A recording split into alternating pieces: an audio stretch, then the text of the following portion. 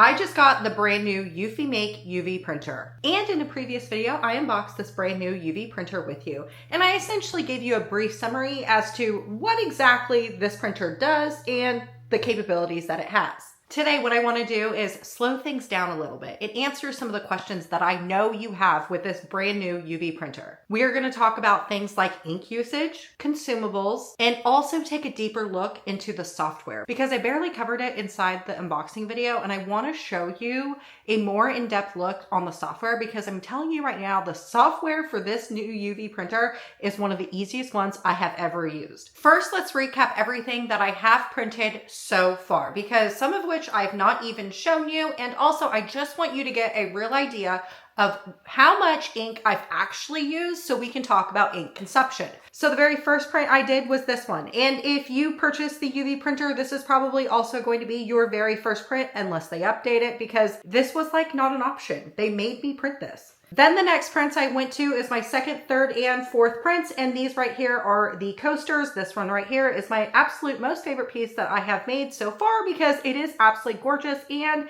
it's just thick. There's layers, there's 3D, there's textures. It's just literal perfection. And literally a bunch of stickers. I have some Diet Coke ones and then also this one right here that I created myself and just uploaded it into the software. I got a lot of DTF stickers. I printed 2 of these phone cases, this one right here and then also the other one that my grandma took with her. I also printed this thing right here. It is on a little slice of wood. I've printed on some leather, a few things of acrylic. This thing right here is printed on the front and the back, but this is what my acrylic prints look like. I also printed this entire wood panel sign. The back I printed in pink, and then this right here is like a textured print. Look at that right there. There's a lot of texture in that. Looks so good. I also have made 2 tumblers. This right here is just one single logo on the very front. This right here is a fully wrapped tumbler. It was all white and I printed the blue and also the really cool Blueprint Packard emblem on the very front of that. This thing right here looks absolutely gorgeous and it's fully wrapped in the blue. Also, I don't want to forget that I printed this right here. It's on another phone case and this we'll get into later, but just know I printed on this as well. I would say that I've been printing a lot. There's a lot of things that I've printed in a wide variety. So now let's go into ink consumption. Have I replaced any inks? And the answer is yes and no. The only ink cartridge that I have had to replace is the white ink cartridge. Now this printer for the most part will always print a white layer and then your color on top. I surmise the reason why I've already had to replace the white toner is because I have been printing a lot of 3D textured things like this right here. I can't stress enough that this right here is actually a 3D coaster, and although it's small, it's like 4 inches, there is some thick layers in here. So the ink has to build up. The grayish part that you see, I don't know if it's going to focus, but the grayish part that you see is going to be the coaster. Everything that is like a stark white, that is going to be the ink that has been printed and built up. Just like with this, it's going to be hard to see because it's not as thick as the coaster, but you're going to be able to see that there is some pink and then like a layer of white, and then there's going to be a yellow. The white is what is printing layers and layers and layers to build that 3D effect. This is why I think that I have just ran out of white a lot quicker than all the rest of the colors is because I have been doing a lot of 3D textures in some of my prints. Now you don't always have to use the 3D texture technology and you actually don't always have to use white in your prints. Which brings me to this phone case right here. When I take the white foam out of this, I did not print any white. I only did the CMYK.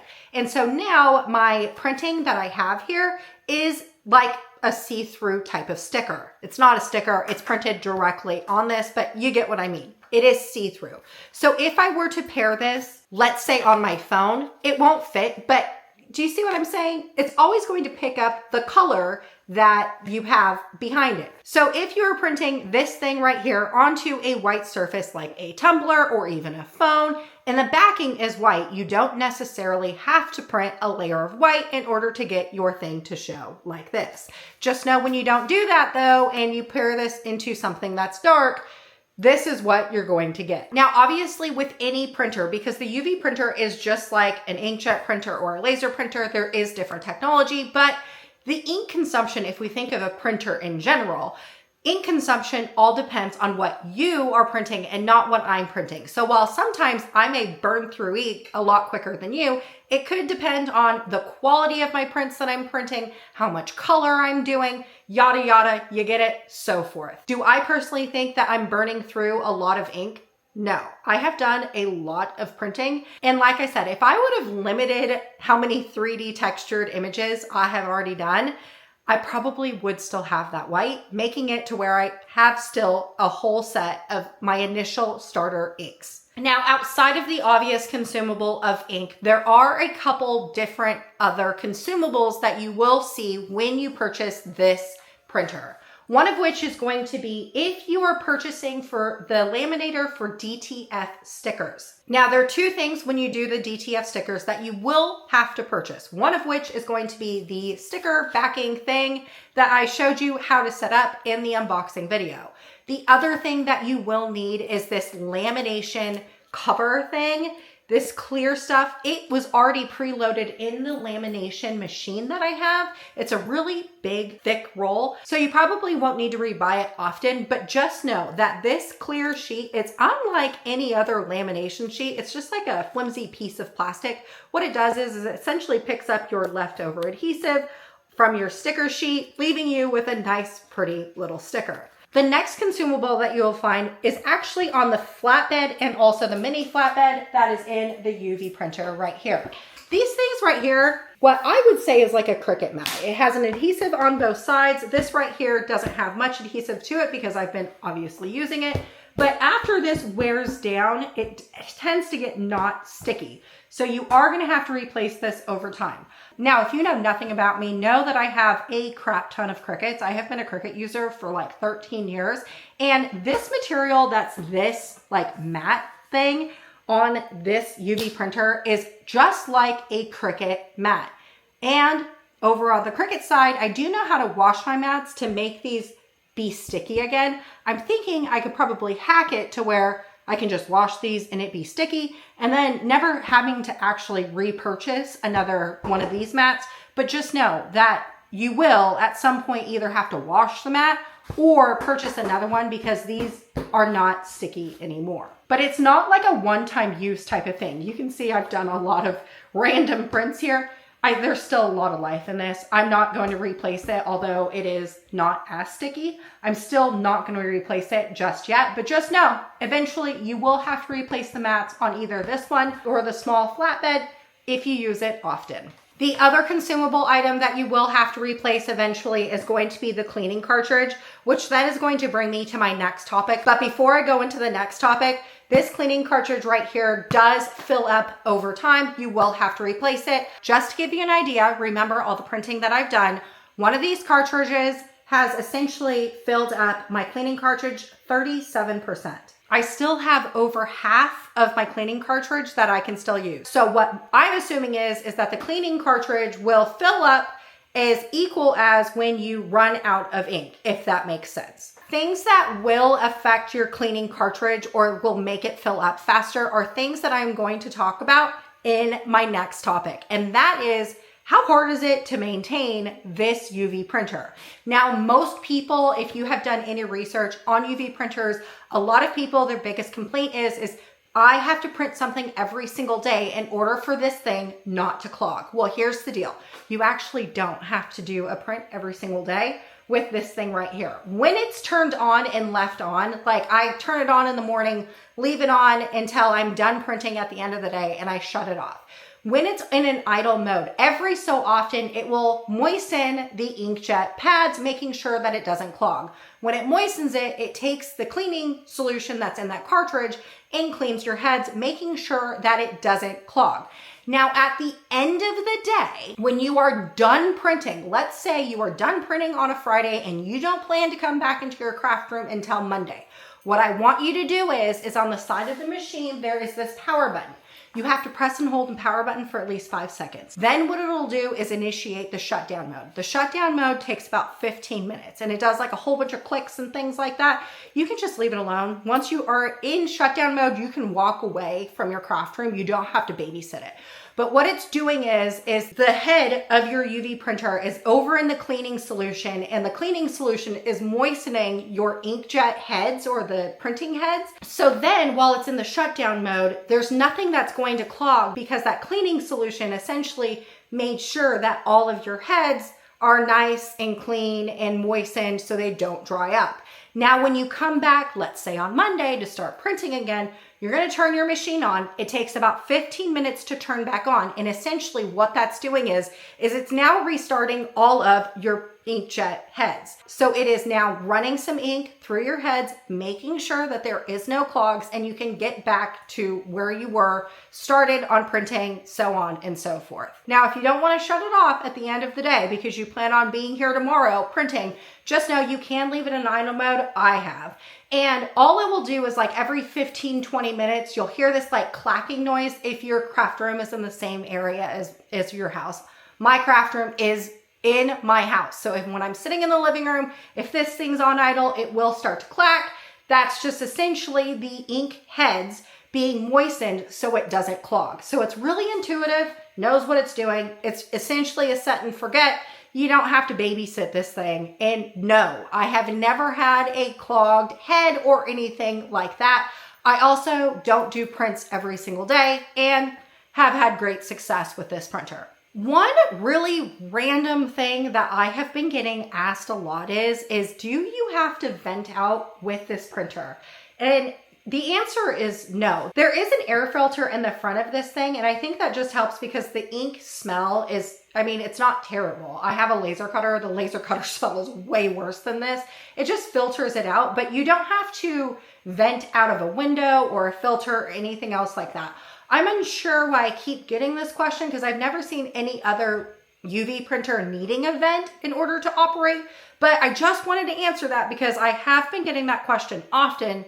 And so I'm thinking I should just answer it now just so, you know, there's no confusion later. Now let's head over to the software where I can give you a deep dive into the software and how it all works. When you first log into the software, this is your landing page. The landing page is filled with other projects that other people have been creating or even what EufyMake says that you should create.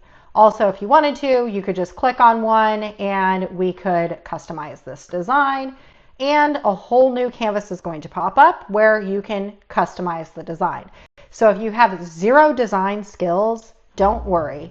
You can just use this software because it has a bunch of different images and ideas that you can use. Now you can go into projects and that would give you different project ideas, or you can go down here in designs and this is going to be other PNG or printable images that you can print on your substrates. Substrates are things that you print on. That could be a cell phone, a canvas, a metal sign, anything you want to print on, you can essentially print on with this printer.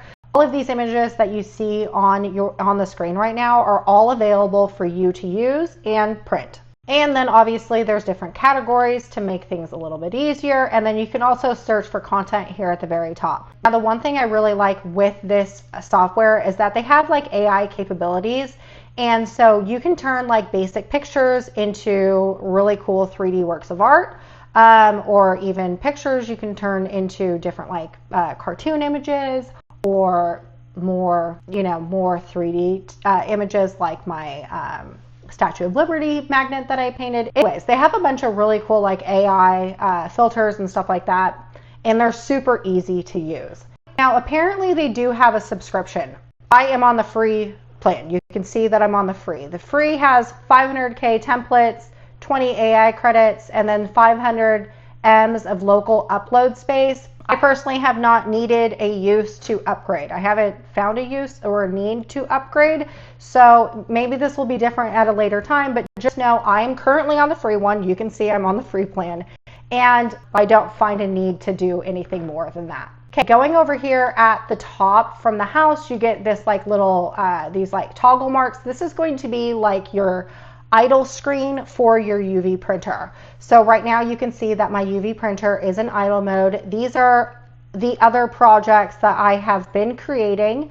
And then over here on the right, you're going to see your ink management. Two things about the ink management. First, if you are running low on ink, it will tell you here at the top Also, if you go over to the printer itself on the ink cartridges, if you open up this hatch right here, you're going to be able to see this like all your ink cartridges are right here, and then these like small little rectangles that are right here. If you start running out of ink, these will light up. Now, other things you may have to do eventually is a flash cleaning. Whoops, I didn't mean to do that, but I did.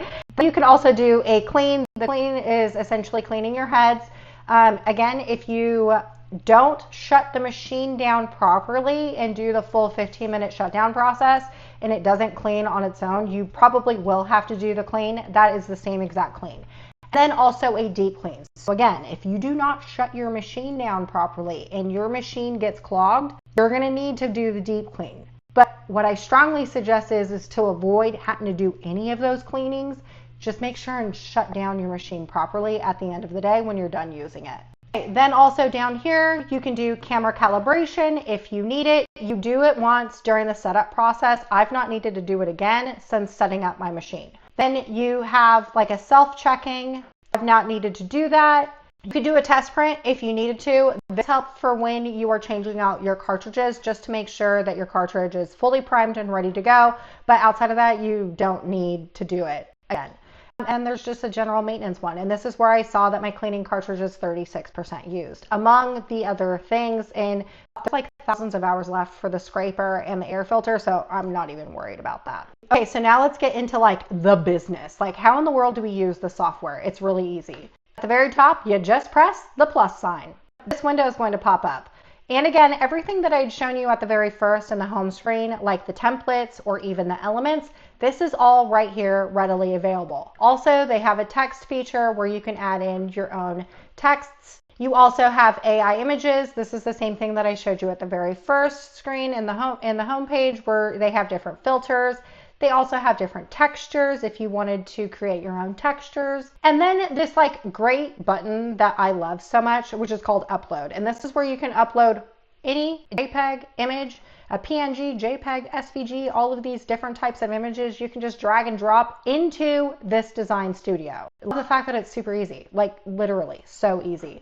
So let's just say that I went to a different place to get some images. This is my favorite website to get a bunch of different JPEGs and stuff like that. It just makes things so easy. Now I'm coming in here with no rhyme or reason. I'm just going to show you how easy it is to use. So let's say that Mother's Day is coming up. So I'm going to create a Mother's Day sticker. Okay. All I'm going to do is find the image that I want and download. Then I'm going to go back over into the Eufy Make Studio and find the image that I just downloaded. Drag and drop it into Eufy Make Design Studio. It's going to do some loading. There it is, right there. So if this had a background, you could do a background remover. This one does not have a background. How you can tell is when I'm dragging it around, you see this like, this white rectangle is my work area. It's how big my bed is for my Eufy Make that I have in there right now. I currently in my Eufy Make have the mini bed. They also have the larger bed if I wanted to use it, but let's just say I wanted to create a bunch of little small stickers, okay? I can tell that I have no background in my image because I have my work area, and then the outside the work area is gray, and you could see the gray in my image, okay? You could crop this if you wanted to, make it less, make it like transparent if you wanted to. You also can upscale it. This is a high resolution PNG file, so I don't need to do that. But what I'm going to do is, let's say, because this image right here is technically just a flat image. When I uploaded it into the Eufy Make Studio, you can see that it's flat, okay? This is where that 3D texture comes into play. If you click the flat raised, it will look like nothing happened. We're going to drag this and put this into the work area. Okay. Over in the preview mode, if we zoom in, which zooming in is just like, for me, I just zoom in like this on my mouse, you can see that this looks a little raised. Like if I look from the side, do you see how I have some thickness to it? I have some girth, okay? We can adjust the millimeters up, and obviously if we go up more, this right here, all the little small details are going to get lost. You can go down to the very smallest, which is 0.3 millimeters, and you do have a little bit of raised edges, okay? Let's go back into editor.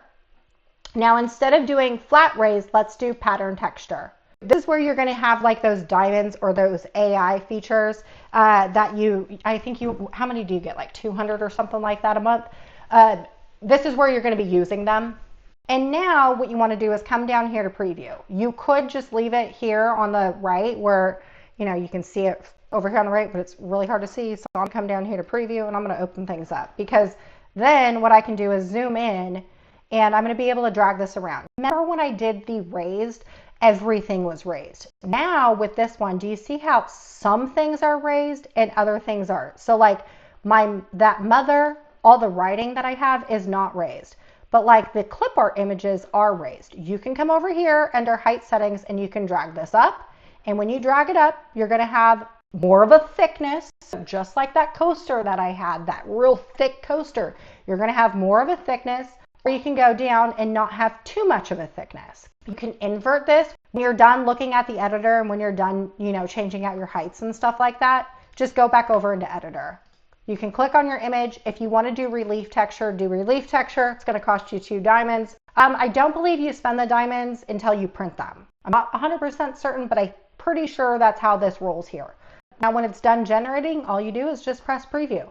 Same thing as we've done before. We're just going to look to see, oh, this is kind of funky looking. What I can tell you is by playing around with this, is that what you see on here on the computer, when you like zoom in and you look around here, this is exactly what it's going to look like in real life.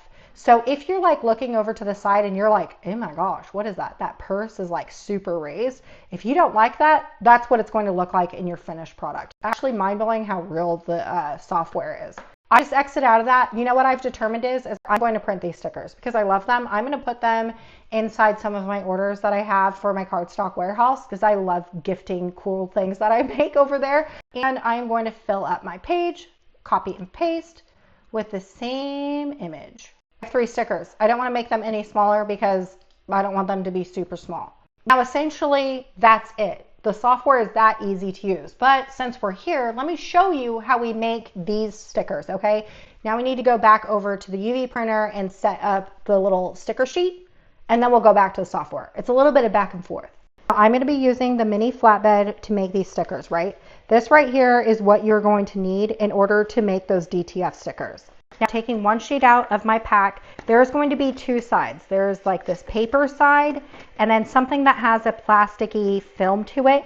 What you want to do is put the paper side down to your mat. You also want to focus over here on the right hand side where there is this like green registration mark. Just go to the right and place down your sticker paper, making sure you place it nice and smooth down. Once you have that done, what you need to do is go back into one of the quarters and peel off the plastic that's on your paper. This right here is now super sticky. What essentially you're doing is this is your base of your sticker, and you're going to be printing ink on top of your stickiness, creating that sticker. Okay, now what we want to do is over on the software, because we have it set up over there at the UV printer, is you want to press snapshot. What that's doing is it's taking an actual live snapshot preview of what's inside my UV printer right now. And then over eventually at the software, a picture of your sticker page pops up. So everything that I've put here, all these stickers that I have right now, will fit onto my sheet of stickers that I plan on printing. I'm going to leave it just the way that it is because obviously everything's going to print nice on my sheet. And I'm just going to press start a print task.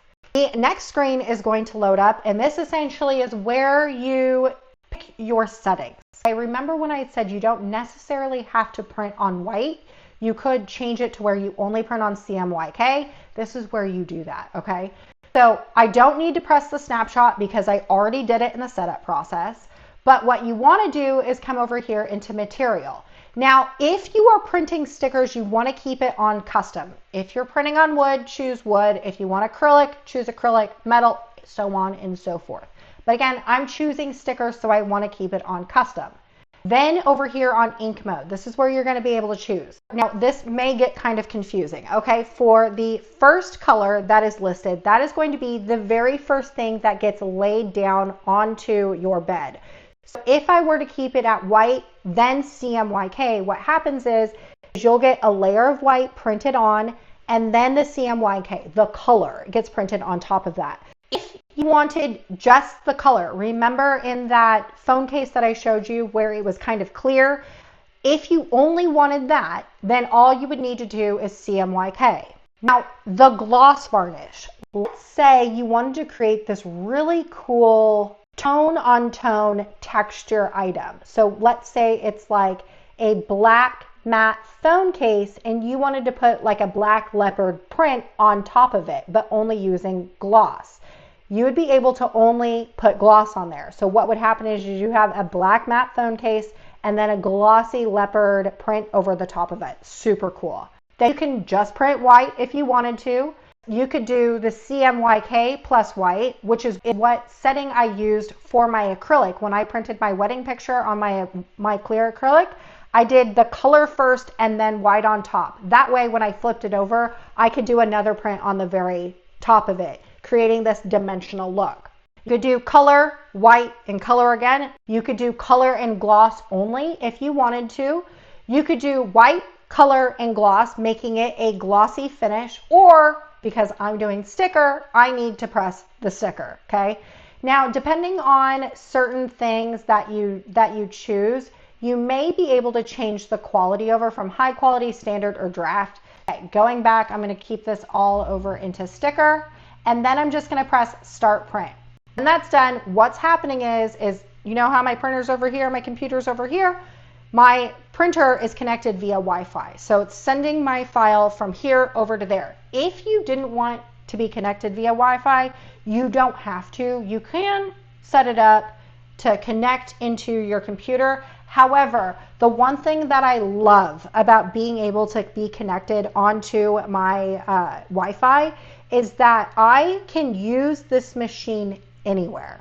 So it's connected to my Wi-Fi right now. It's sending the file over from here to there, right? On my app, you're gonna see that it says that it's transferring and now it's ready to print, okay? Heading over to the printer, all you wanna do is just press the happy button. That's what I like to call it.